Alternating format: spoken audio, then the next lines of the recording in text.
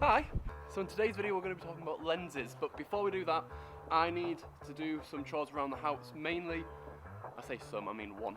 Basically we've had a lot of packages coming to our house over the holidays and it's my job to flatten all the cardboard boxes so we can get it recycled. So that's what I'm going to be doing today, and you're coming along for the ride, so let's get into it, let's go!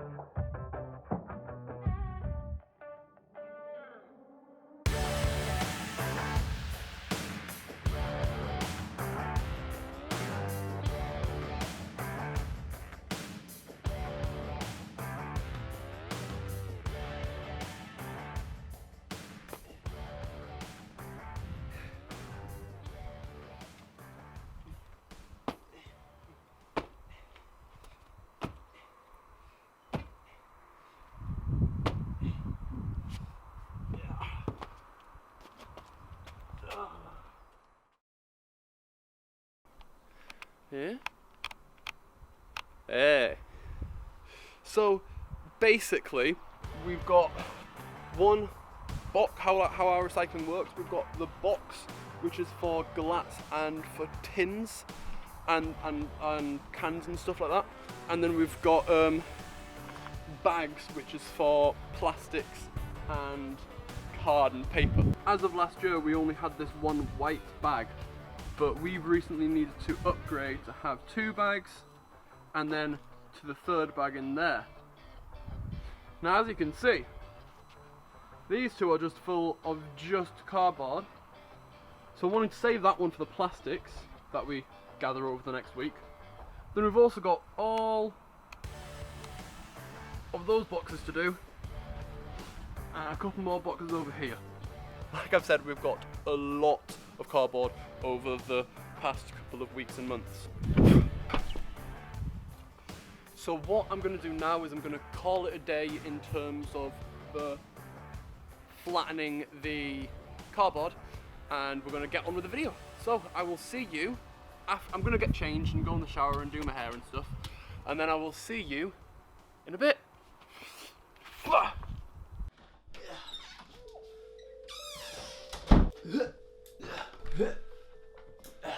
Right.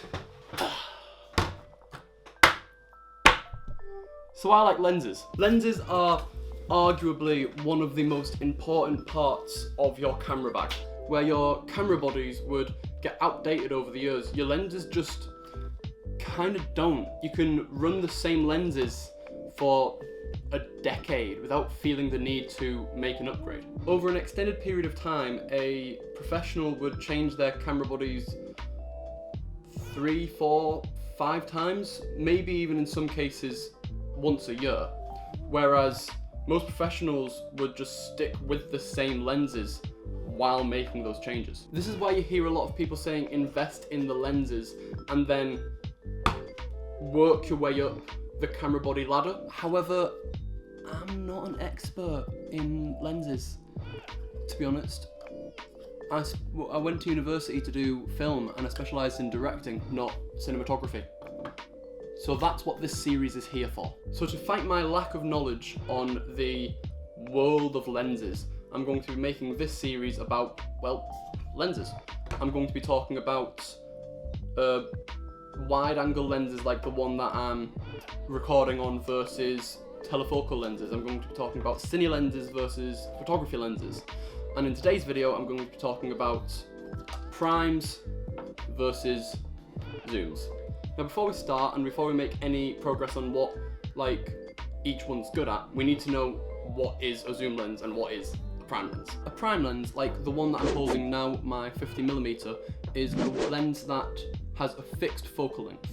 And what I mean by that is it does not zoom. You look through the lens and the wideness or the tightness that you get is what you have to work with. A zoom lens, on the other hand, like this 70 to 300 by Tamron, is the exact opposite. It says what it does on the tin, it zooms. There's no limitation on how much a lens can zoom, however, they tend to fall in these ranges. It's important to remember when looking at these that the higher the number is, the more zoomed in or the more telefocal the lens is. Now, you might already be thinking the way to go is the zoom lens, right? However, I'm going to stop you right there. Yes, it might be easier to have one lens in your camera bag that has all the focal lengths that you need rather than needing to carry 3, 4, sometimes even 5 lenses in your camera bag, needing to swap and change them out all the time. However, there are some very important things that you need to take into consideration before just buying a zoom lens and being done with it. Now, when I say aperture, I don't mean the size of the piece of glass at the front of the lens. What I mean is how wide the lens can become internally. Now, it's easiest for me to show you what I mean by that with my cine lens, so I'm going to need to swap over to my 18 to 55mm. So yeah, I'm just gonna swap the lenses over. Be right back. Try not to break the table. So I have taken off the cine lens, which was the lens that I was using originally, so I can show you what I mean. So as you can see, as I'm changing the aperture, it's this little bit in the middle of the lens here. Being careful not to touch it. That is changing, and this is what we're referring to when we say the aperture of the lens, or the aperture that the lens can get to. You go all the way in to where you can barely see anything out of it, and you can go all the way out. Hi. But yeah, so this is what we're referring to when we say aperture. I'm just gonna go change the lens back off now. So these different apertures that the lens can reach are commonly broken down into different stages, which are referred to as f-stops, which is how it will be represented on the display screen of your camera. For this video, all you need to know is the wider the aperture is, the more light gets let in.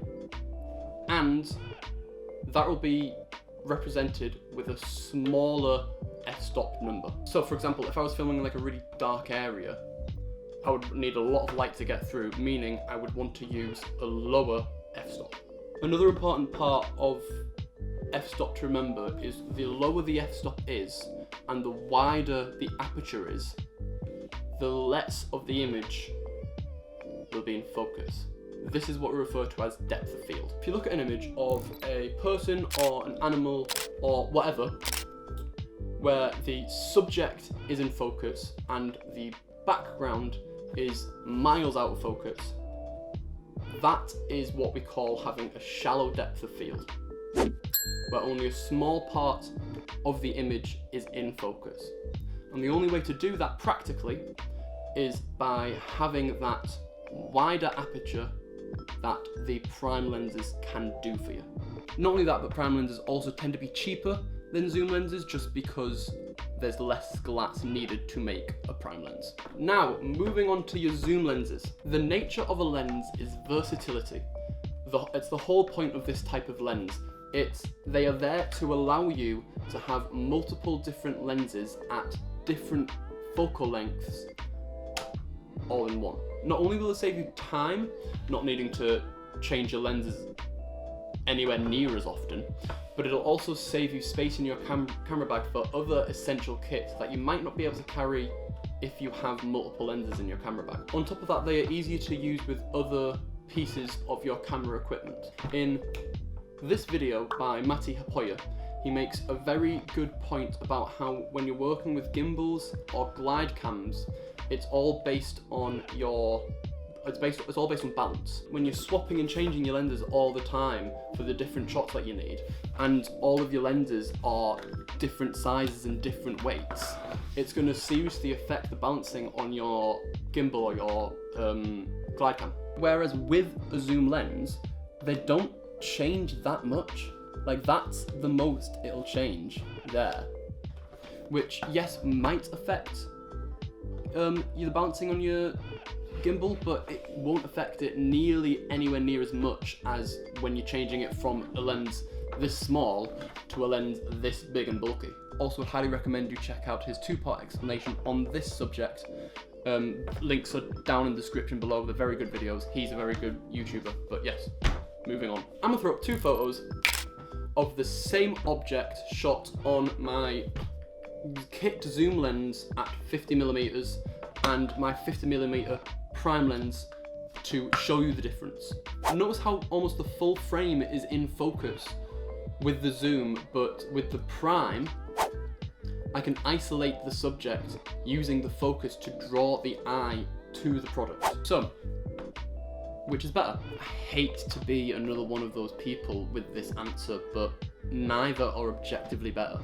There are times when I'm gonna wanna go with my zoom lens, and there are times that I'm gonna wanna go with a prime. An easy example of this is if I was going on a photography trip and I was traveling a really far distance and I was outside all the time and I was walking a lot, I'm gonna want to sacrifice the low light capabilities for the ease of use that comes with the zoom lens. Whereas if I'm in a studio doing headshots, I'm gonna want to use a prime to get that isolation of the subject. If I was filming a vlog and I was walking around filming a lot of B-roll, then I wanted to flip the camera around and talk to the camera directly, talk to you guys directly, but then I needed to get a train and I wanted to film myself get the train. Of course I'm gonna go with a zoom lens. But if I was shooting for a film, I'm probably gonna want to go with a prime lens to get that cinematic look from the shallow depth of field. It's also worth mentioning that zoom lenses will allow you to use focal lengths that primes just don't have. Here's a list of all of the focal lengths that you can get from prime lenses.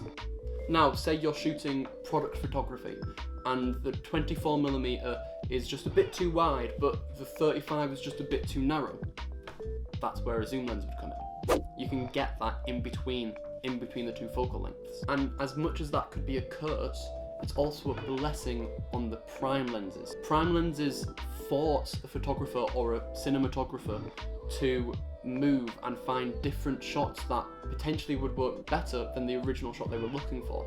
So what would I suggest after the research that I've done for this video? And my conclusion is just try it yourself. Try them both out yourself. If you're able to get your hands on both a zoom lens and a prime lens, try both and see for yourself, come to your own conclusion on this subject, because this isn't something that a person on a screen on YouTube can tell you which one's objectively better, because they both can be used in such different ways. If you're looking for a very cinematic look, if you're looking to be doing a lot of stuff at nighttime photography, if you're looking for that cinematic look, that shallow depth of field, go with the prime lenses. But if you're wanting to get into vlogging and you're wanting to be able to do a kind of like a run and gun guerrilla filmmaking kind of a tactic, go with the zooms. I realise that this ain't a conclusive ending to the video, I know that, which is why this is going to turn into a series. The next couple of lenses that I'm going to be looking at are telefocal lenses, the big boys of the lens world. The lenses that zoom the most, the really long, the really big lenses that you can get. But in this series we'll also be looking at wide angle lenses, like the one that I am filming on now, cine lenses, like again the one that I am filming on now, and we'll be comparing cine lenses to photography based lenses, and we'll be looking at telefocal versus wide angle lenses. So that'll be the next 4-ish videos. If you have any other ideas on different types of lenses that you would like to see, like if you'd like to see a video entirely based around the 50mm, because I know that's a staple in a photographer's camera bag, or another type of lens that I'm just not thinking of, please comment them down in the below the description, down in the comments down below. Also, any constructive criticism. I realise this is a very bland background at the moment, but I'm currently working on turning this into my studio, or a temporary studio, I guess.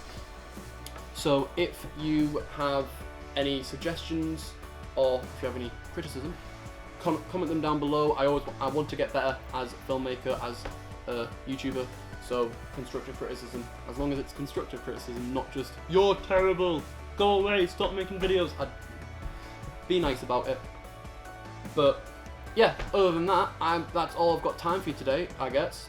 But yeah, I guess I will see you guys later. Have a nice week, and I'll see you soon. Bye!